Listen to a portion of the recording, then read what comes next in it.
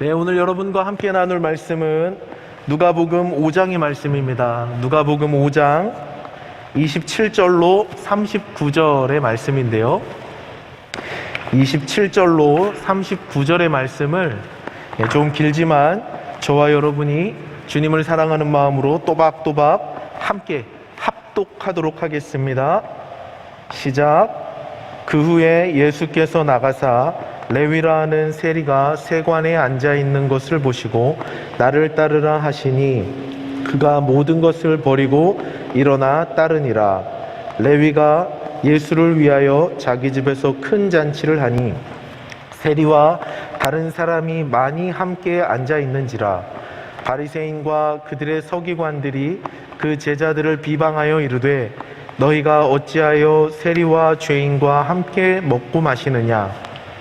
예수께서 대답하여 이르시되 건강한 자에게는 의사가 쓸데없고 병든 자에게라야 쓸데있나니 내가 의인을 부르러 온 것이 아니요 죄인을 불러 회개시키러 왔노라. 그들이 예수께 말하되 요한의 제자는 자주 금식하며 기도하고 바리새인의 제자들도 또한 그리하되 당신의 제자들은 먹고 마시나이다.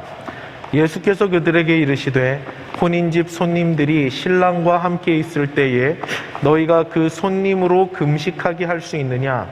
그러나 그날에 이르러 그들이 신랑을 빼앗기리니 그날에는 금식할 것이니라. 또 비유하여 이르시되 새 옷에서 한 조각을 찢어 낡은 옷에 붙이는 자가 없나니 만일 그렇게 하면 새 옷을 찢을 뿐이요 또 새 옷에서 찍은 조각이 낡은 것에 어울리지 아니하리라. 새 포도주를 낡은 가죽 부대에 넣는 자가 없나니 만일 그렇게 하면 새 포도주가 부대를 터뜨려 포도주가 쏟아지고 부대도 못 쓰게 되리라. 새 포도주는 새 부대에 넣어야 할 것이니라. 묵은 포도주를 마시고 새 것을 원하는 자가 없나니 이는 묵은 것이 좋다 함이니라. 아멘. 할렐루야. 예, 오늘 주님께서 저와 여러분에게 큰 은혜 주실 줄로 믿습니다. 예, 가정에서 또는 사무실에서 영상을 통하여 예배하는 모든 분들에게도 하나님의 크고 놀라운 은혜가 임하기를 원합니다. 아멘. 여러분, CCC라는 이름을 들어보셨어요? 아마도 우리 청소년들에게는 생소한 이름일 텐데요. CCC는 비타민 이런 이름이 아닙니다. 예, 한국 대학생 선교회라고 불리는 우리나라에서 아주 건강하고 유명한 선교단체의 이름이 CCC예요. 이 CCC는 이 백문일답이라는 곳으로 굉장히 유명합니다. 이 백문일답은 100가지 질문에 한 가지로 대답하는 건데요. 제가 예전에 저는 CCC 활동은 하지 않았어요. 다른 선교단체 활동을 했는데 예전에 CCC 여름 대학생 수련회 영상을 본 적이 있어요.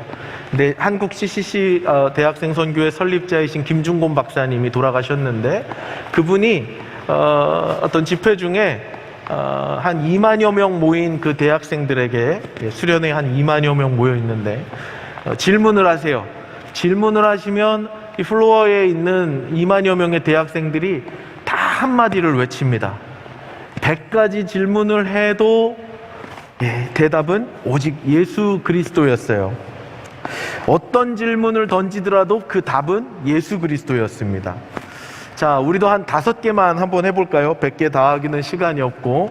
자, 가정에서 시청하고 계시는 분들도, 예배드리는 여러분들도 제 질문이 끝나면 그냥 예수 그리스도 이렇게 외치시면 됩니다. 자, 해보겠습니다. 이 땅의 모든 민족이 돌아가야 할 곳은 어디입니까?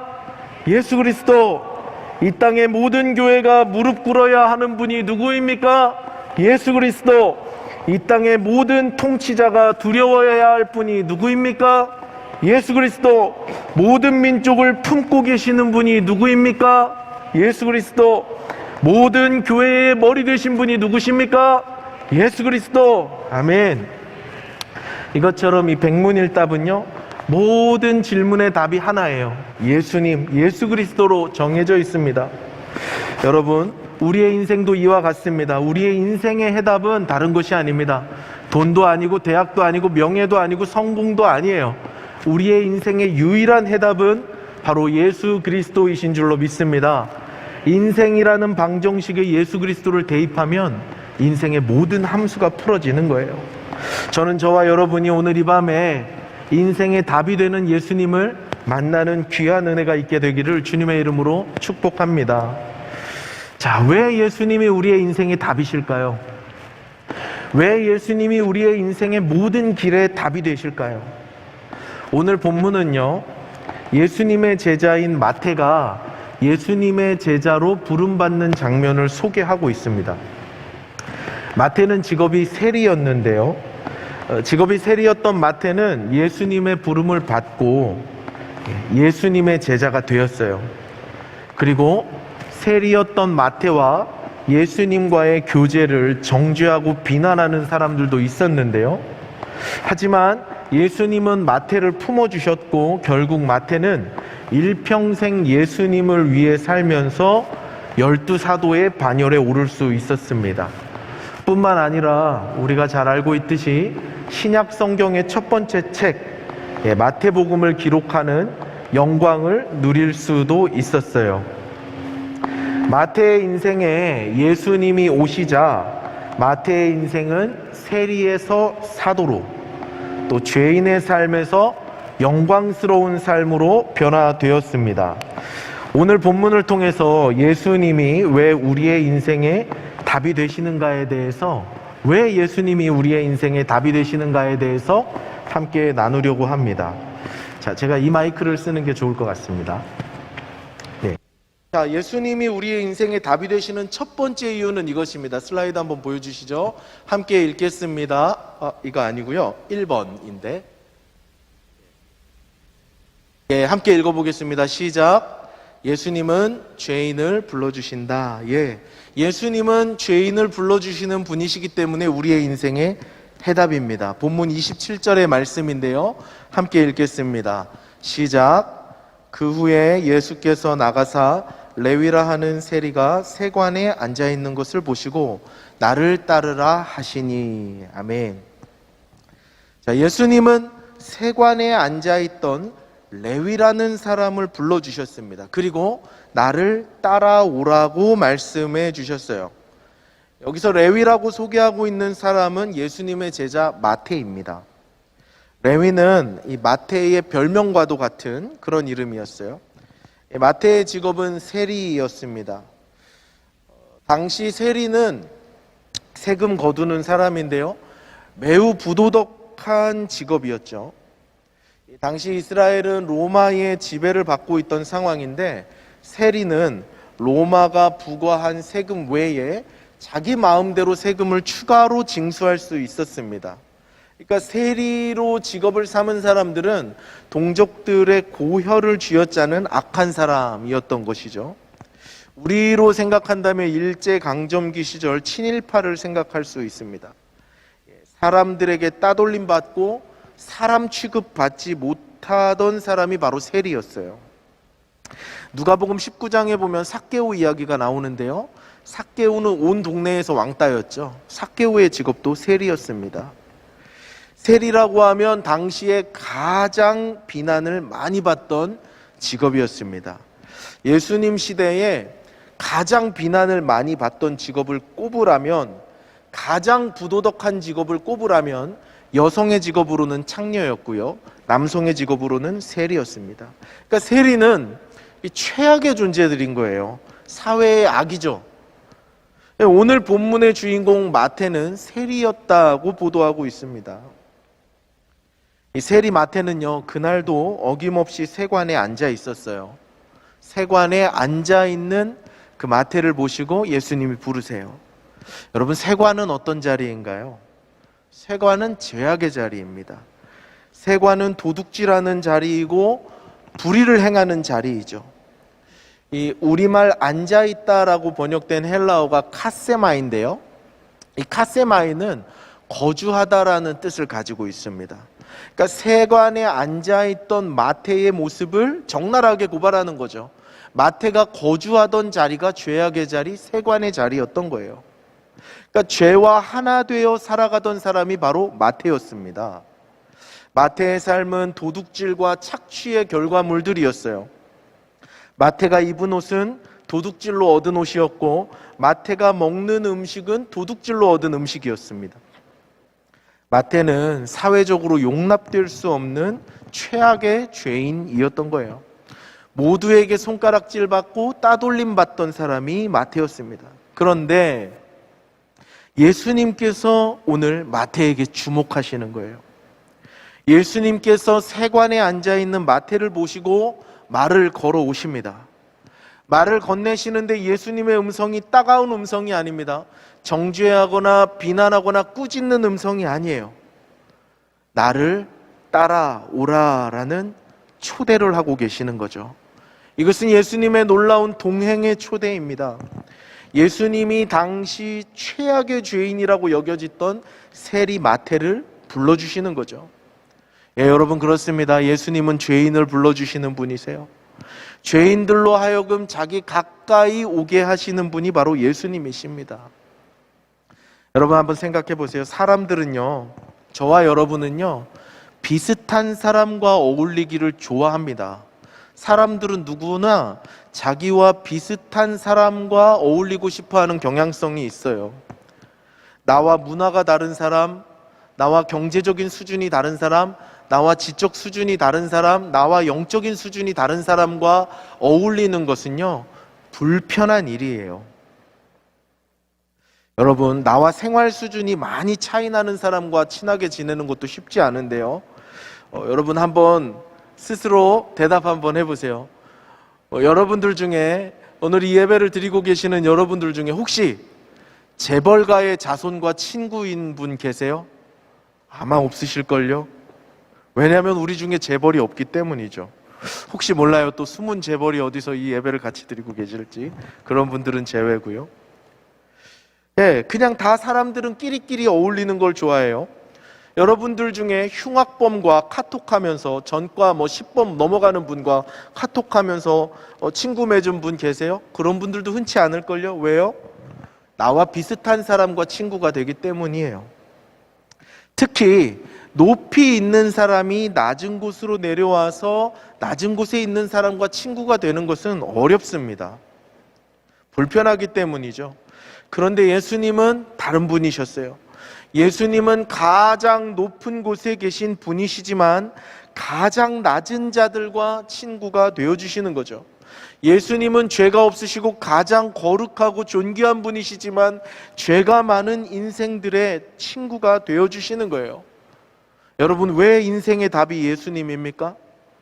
저와 여러분 같은 죄인들을 불러주시는 가장 고상한 분이시기 때문에 그래요.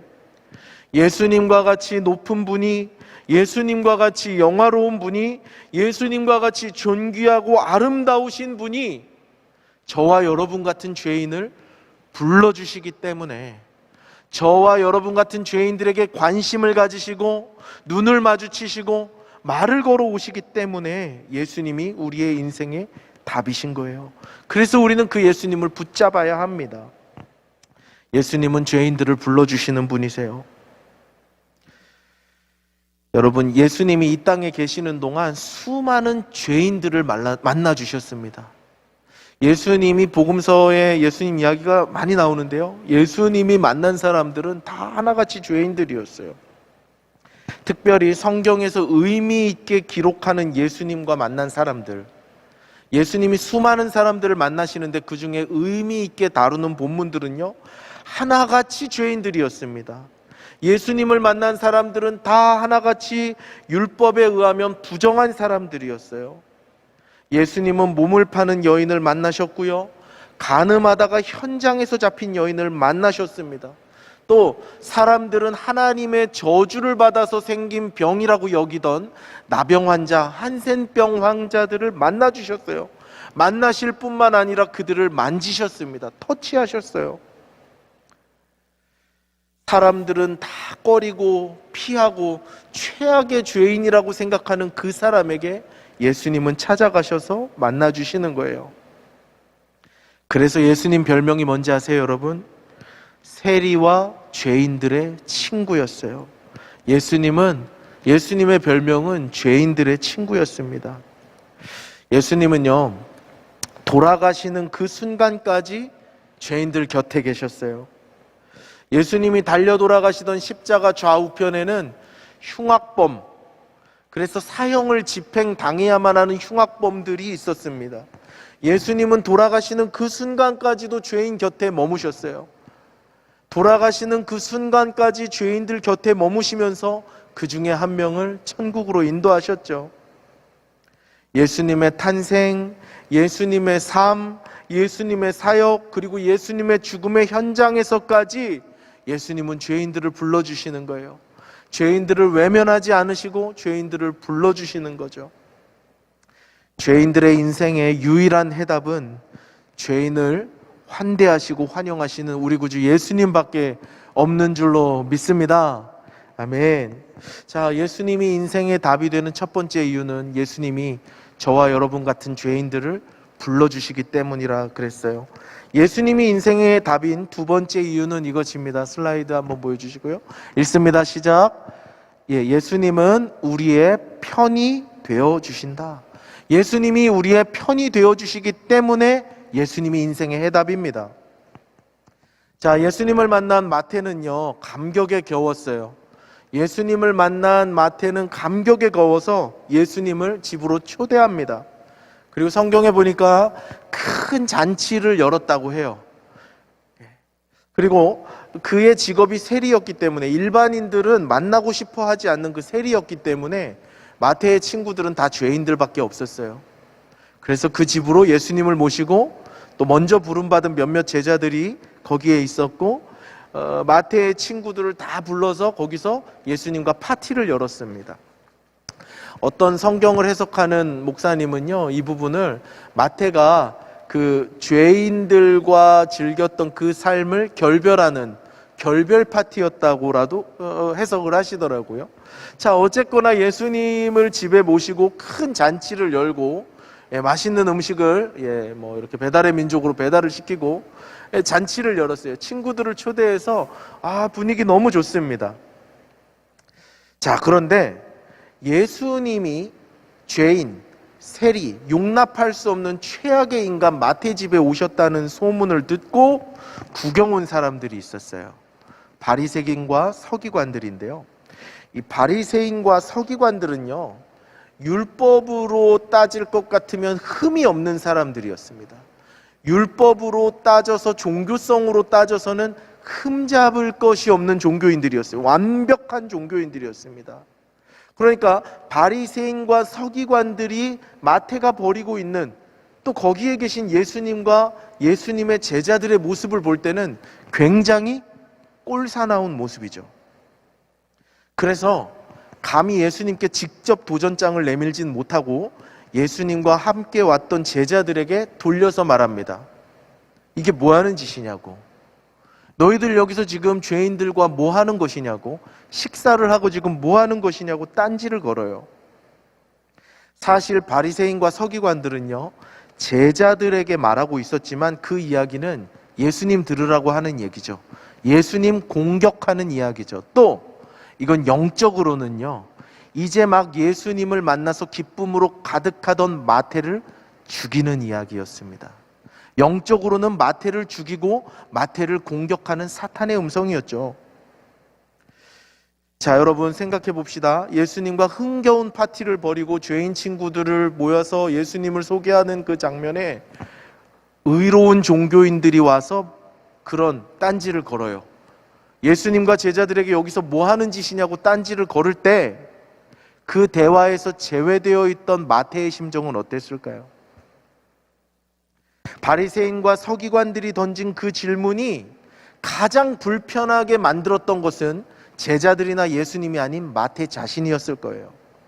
마태는 자기가 죄인인 것을 누구보다 잘 압니다. 오늘 아침까지도 세관에 앉아서 세관에 거주하면서 돈을 도둑질하던 사람이었어요. 그리고 자기 집에 온 손님들이, 자기가 초대한 그 손님들이 죄인이라는 것을 너무 잘 알고, 우리 집에 오신 예수님은 나와 같이 어울릴 수 없는 고귀한 분이시라는 것을 마태는 너무나 잘 알았어요. 그때 사탄의 정죄하는 소리가 들리는 거죠. 야, 네 같은 게 예수님과 함께 있을 수 있냐? 예수님과 친구가 될 수 없는 사람이라는 것은 마태가 너무너무 잘 아는 것이에요. 그리고 서기관과 바리새인들의 음성을 통해서 정죄를 받기 시작합니다. 마태는 아마 이렇게 생각할 것일 거예요. 그래, 난 자격이 없어. 내가 여지껏 도둑질하면서 살았는데, 인생을 쓰레기같이 살았는데 이제 와서 예수님 붙잡고 뭐 하겠다고. 난 자격이 없어. 내가 예수님하고 다니면 예수님 얼굴에 똥칠하는 걸 거야. 자괴감에 빠졌겠죠. 마태의 얼굴은 빨개지고 예수님과 함께하면서 너무 좋았던 그 순간들에 대한 감각은 온데간데 없이 사라져 버렸을 거예요. 그런데 그 순간 예수님이 이런 말씀을 하십니다. 본문 30절에서 32절 말씀인데요, 우리 다 함께 큰 소리로 받들어 읽습니다. 시작. 바리새인과 그들의 서기관들이 그 제자들을 비방하여 이르되 너희가 어찌하여 세리와 죄인과 함께 먹고 마시느냐? 예수께서 대답하여 이르시되 건강한 자에게는 의사가 쓸데없고 병든 자에게라야 쓸데있나니 내가 의인을 부르러 온 것이 아니요 죄인을 불러 회개시키러 왔노라. 아멘. 32절 한 번만 더 읽을까요? 시작. 내가 의인을 부르러 온 것이 아니요 죄인을 불러 회개시키러 왔노라. 아멘. 예수님은요, 마태를 정죄하던 종교인들을 향해서 병든 자에게 의사가 필요하듯이 나 예수님이 필요한 사람은 의인, 너희들 같은 잘난 종교인들 의인이 아니라 마태와 같은 죄인이라고 말씀해 주십니다. 이걸 뒤집으면요, 난 너희들의 친구가 되지 않을 거야. 의롭다고 말하는 율법사들, 서기관들, 바리새인들, 니들과 나는 친구가 되고 싶지 않다. 나는 죄인들의 친구로 있겠다라고 말씀하시는 거죠.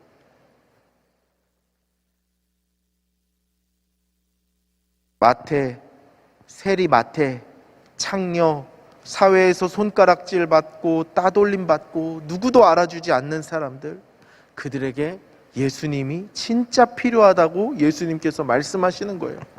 나는 그런 사람들을 만나려고 이 땅에 왔다라고 말씀하시는 거죠. 예수님의 이 선언은 마태의 마음속에 용기를 심어 주었습니다. 얼굴이 새빨개져서 쥐구멍이라도 찾고 싶었을 마태에게 참된 위로와 참된 용기를 주는 복음 중의 복음이었죠. 어디서도 들어보지 못한 예수님의 사랑, 어디서도 들어보지 못한 예수님의 위로, 어디서도 느껴보지 못한 편이 되어주시는 하나님의 음성이 들리는 거예요. 예수님은 정죄당하는 마태의 편이 되어주셨어요. 사랑하는 여러분, 왜 예수님이 우리의 모든 인생의 답이신가? 그분이 정죄당하는 죄인들의 편에 서 주시기 때문이에요. 죄인들의 편에 서 주시기 때문에 우리 주님이 우리의 인생의 답인 것입니다. 마태를 정죄하던 그 바리새인과 서기관의 모습은요, 사탄의 모습의 전형이에요. 요한계시록 12장 10절 말씀에 보면 사탄을 밤낮 참소하는 자라고 설명하고 있어요. 참소는 뭐냐면요, 남을 헐뜯고 비방하고 그 사람의 잘못을 캐내서 정죄하는, 그것이 참소예요. 사탄이 하는 일은 밤낮 없이 우리를 고발합니다. 밤낮 없이 우리를 정죄하고 우리의 죄악을 들추기고 그것을 우리에게 상기시켜주면서 우리를 정죄의 나락으로 빠뜨리는 것이 사탄이 하는 일이죠. 우리의 죄를 들추고 정죄합니다. 네가 뭔데 예수님을 믿냐? 우리 마음 가운데 말하는 거예요. 네가 뭔데 찬양팀을 하냐? 이렇게 말하는 거죠. 네가 그렇게 살고도 크리스찬이냐? 네가 그렇게 살고도 리더냐? 네가 그러고도 교사냐? 네가 그러고도 전도사냐? 이게 다 사탄의 목소리입니다. 사탄이 밤낮 없이 우리를 참소할 때 예수님은 항상 우리의 편이 되어주시는 거예요. 사탄이 우리의 죄를 들추고 우리를 정죄하고 우리를 향해서 정죄의 불화살을 날릴 때 예수님이 우리의 편이 되어주시고 우리의 방패가 되어주시는 거죠. 예수님만이 사탄의 정죄의 화살을 막으실 수 있습니다. 예수님 없이는 사탄의 정죄의 화살을 견뎌낼 수 있는 사람은 아무도 없습니다. 이 사탄의 정죄는요 굉장히 강력해요. 누구도 이길 수 없습니다. 왜요? 팩트에 근거하거든요. 사탄의 정죄와 고발은 가짜 뉴스가 아니거든요. 사탄이 우리를 정죄하는 그 정죄는 팩트에 근거한 것이기 때문에 예수님의 은혜 없이 그 정죄 고발 앞에 설 수 있는 사람은 아무도 없어요. 예수님이 우리의 편이 되어 주셔야, 예수님이 마태를 위로하시고 그 상황 가운데 마태의 편이 되어 주셔서 바리새인과 서기관의 코를 납작하게 해주신 것처럼 예수님이 우리의 편이 되어 주셔야 사탄이 말하는 고발에서, 사탄이 말하는 정죄에서 자유로울 수 있는 거예요. 그 누구도 사탄의 정죄의 불화살 앞에 설 수 있는 사람 아무도 없습니다. 예수님의 십자가의 방패가 우리 앞에 놓여질 때 우리는 마태처럼 참된 위로와 참된 복음, 참된 용기를 얻게 되는 줄로 믿습니다. 여러분, 예수님이 우리의 편이 되어주셔야 우린 살 수 있어요. 예수님이 우리의 편이 되어주셔야 우리는 인생을 승리하며 나아갈 수 있습니다. 시편 118편 6절에서 7절의 말씀인데요, 우리 큰 소리로 받들어 읽겠습니다. 시작. 여호와는 내 편이시라. 내가 두려워하지 아니하리니 사람이 내게 어찌할까.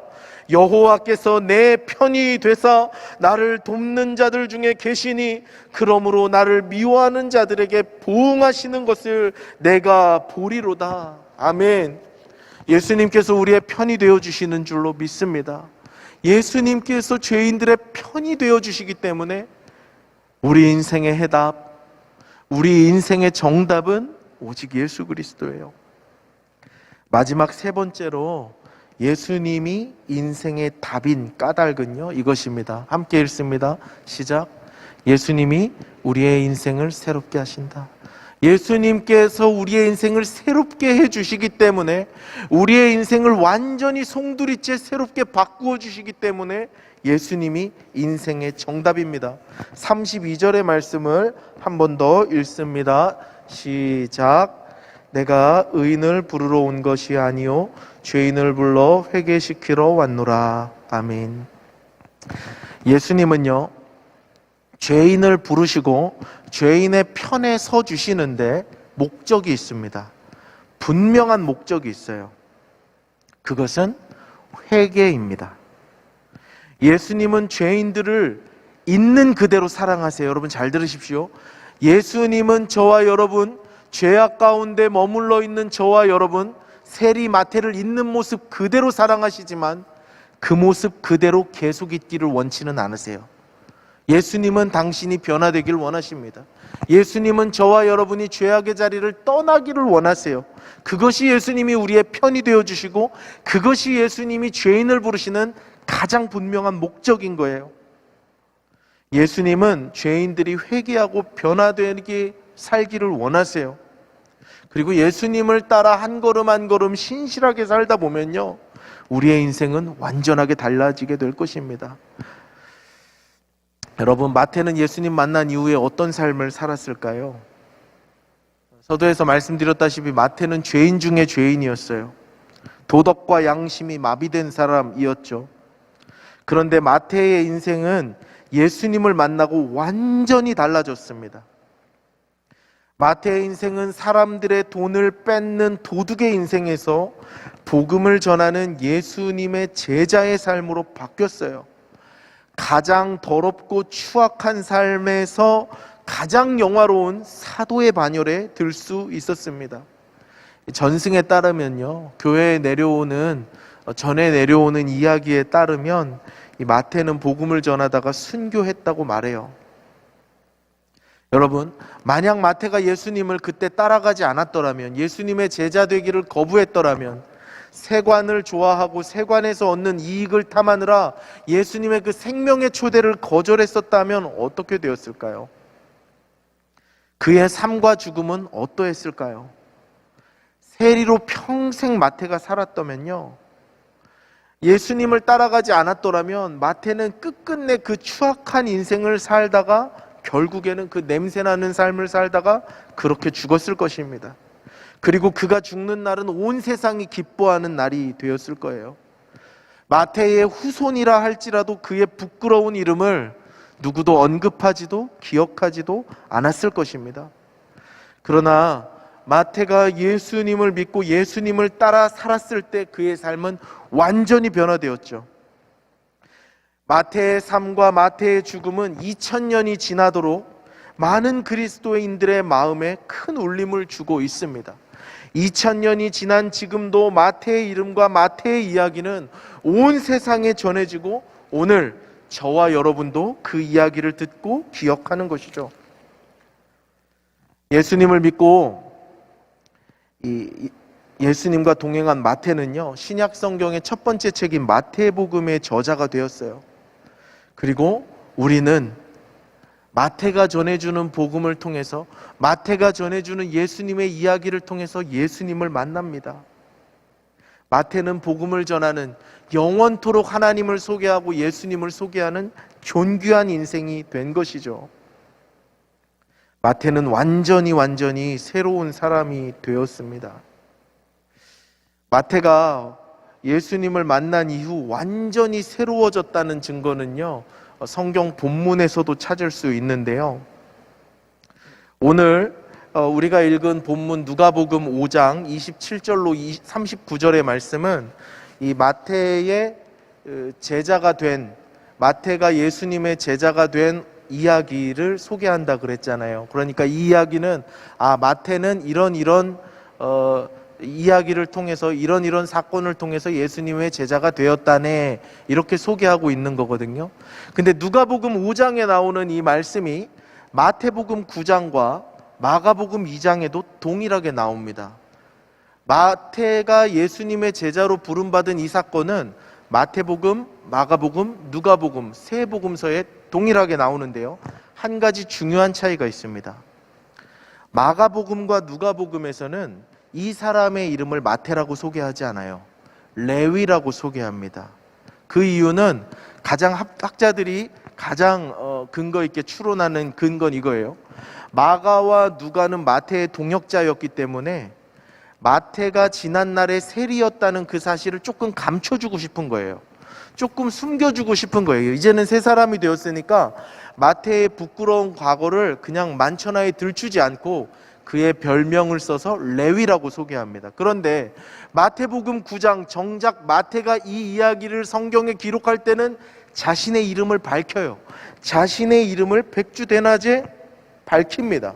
마태복음 9장 9절, 예수께서 그곳을 떠나 지나가시다가 마테라 하는 사람이 세관에 앉아있는 것을 보시고 이르시되 나를 따르라 하시니 일어나 따르니라. 마태는 자신이 기록한 복음서에서 자신의 전 직업이 자신이 전직 세리였다는 것을 분명하게 밝히고 있습니다. 마가와 누가는 마태를 존중하면서 그의 부끄러운 과거를 조금은 감추어 주고 싶어 하지만 정작 마태 자신은 자신의 부끄러웠던 과거를 드러내는 거예요. 무엇을 말하는 거죠? 마태는 지난날의 부끄러운 과거에 영향을 받지 않는다는 것을 이야기하죠. 마태복음이 기록된 시기를 AD 80년에서 90년으로 잡습니다. 그리고 마태가 예수님께 부름받은 그 시절은 AD 30년쯤 되었을 거예요. 마태가 예수님을 따라 50년을 살고 노년이 되어서 마태복음을 기록할 당시에는 더 이상 세리였다는 정죄와 고발이 괴롭히지 않는 거예요. 마태는 완전히 새로워졌던 것입니다. 예수님을 따라 살면서 완전히 새로운 존재가 되었어요. 자신의 과거 추악했던 삶의 이력은 더 이상 마태를 괴롭히지 못합니다. 내 안에 있는 부끄러운 과거, 부끄러운 상처, 부끄러운 백그라운드, 죄악들은 예수님을 만난 이후 완전히 새로워지는 것이에요. 사랑하는 여러분, 예수님이 우리의 인생을 새롭게 하십니다. 예수님이 저와 여러분의 부끄러운 과거를 새롭게 하는 줄로 믿습니다. 예수님이 마태의 인생을 완전히 뒤바꿔 주었듯이 오늘 예수님을 붙잡고 예수님을 인생의 답으로 잡고 살아가는 모든 사람들의 인생을 새롭게 해 주시는 것이에요. 여러분, 예수님이 왜 우리의 인생의 답이 되십니까? 왜 예수님이 우리의 인생의 답이 되시죠? 예수님이 우리의 전 존재를 바꾸어 주시기 때문이에요. 그래서 예수님 믿는 사람은 과거가 부끄럽지 않습니다. 새 피조물이 되는 것이에요. 완전히 새로운 존재가 되는 것입니다. 예수님을 믿는 사람은 나의 부끄러운 학력이 부끄럽지 않습니다. 내 학벌이 모자라도 부끄럽지 않아요. 예수님을 믿고 새 사람이 되면 나의 가족의 백그라운드가 좋지 못해도 그게 날 괴롭히지 않아요. 내가 과거에 아무리 더럽고 추악하고 냄새나는 삶을 살았다 할지라도 오늘 예수님을 믿고 새로운 존재가 되는 자들은 그 과거에서 자유케 되는 것이에요. 새 피조물이 되는 것이죠. 보라, 이전 것은 지나갔으니 새로운 피조물이 되었도다. 여러분, 예수님이 왜 인생의 답일까요? 죄악의 구렁텅이에서 살아가는 그 모든 사람들을 새로운 인생으로 바꾸어 주시기 때문입니다.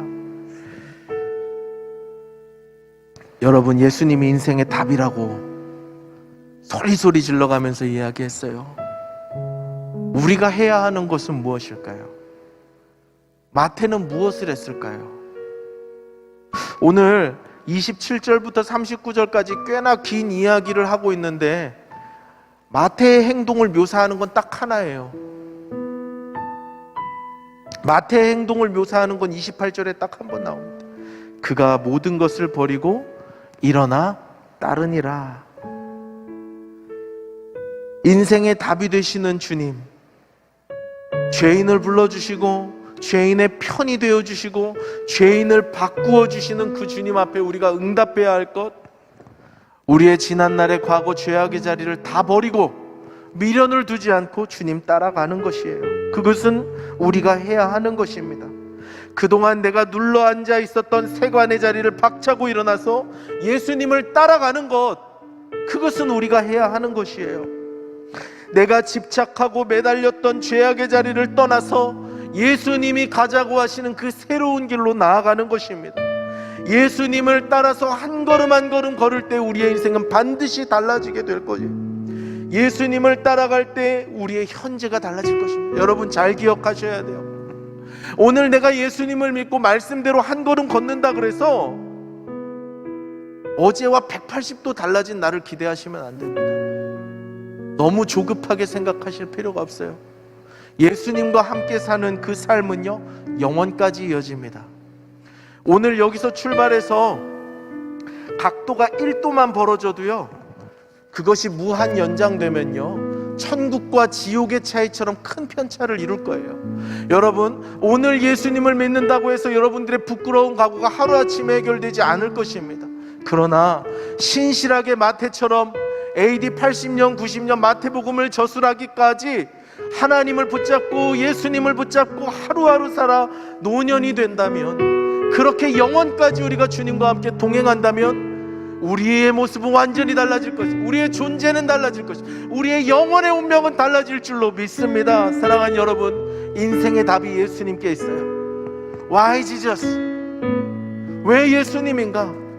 예수님이 우리를 완전히 새로운 존재로 만들어주시기 때문이죠.